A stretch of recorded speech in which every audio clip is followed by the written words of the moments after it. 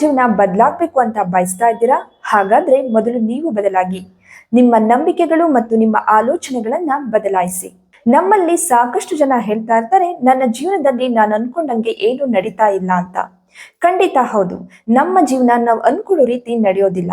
ಅದರ ಬದಲಾಗಿ ನಾವು ಏನನ್ನ ಬಲವಾಗಿ ನಂಬಿರ್ತೀವೋ ಹಾಗೂ ಯಾವ ರೀತಿಯ ಆಲೋಚನೆಗಳನ್ನ ಪದೇ ಪದೇ ಮಾಡ್ತಿರ್ತೀವೋ ಅದರ ಆಧಾರದ ಮೇಲೆ ನಮ್ಮ ಜೀವನ ನಡೀತಾ ಇರುತ್ತೆ. ನಾವು ನಮ್ಮ ಮನಸ್ಸಿನ ಒಳಗಡೆ ಏನನ್ನ ನೋಡ್ತಾ ಇರ್ತೀವೋ ಹೊರಗಡೆ ಅದನ್ನೇ ಸಾಧಿಸ್ತಾ ಇರ್ತೀವಿ. ಉದಾಹರಣೆಗೆ, ನನ್ನ ಜೀವನದಲ್ಲಿ ಬರೀ ಕಷ್ಟಗಳೇ ಬರುತ್ತೆ. ನನಗೆ ಆರೋಗ್ಯ ಪದೇ ಪದೇ ಹಾಳಾಗತ್ತೆ.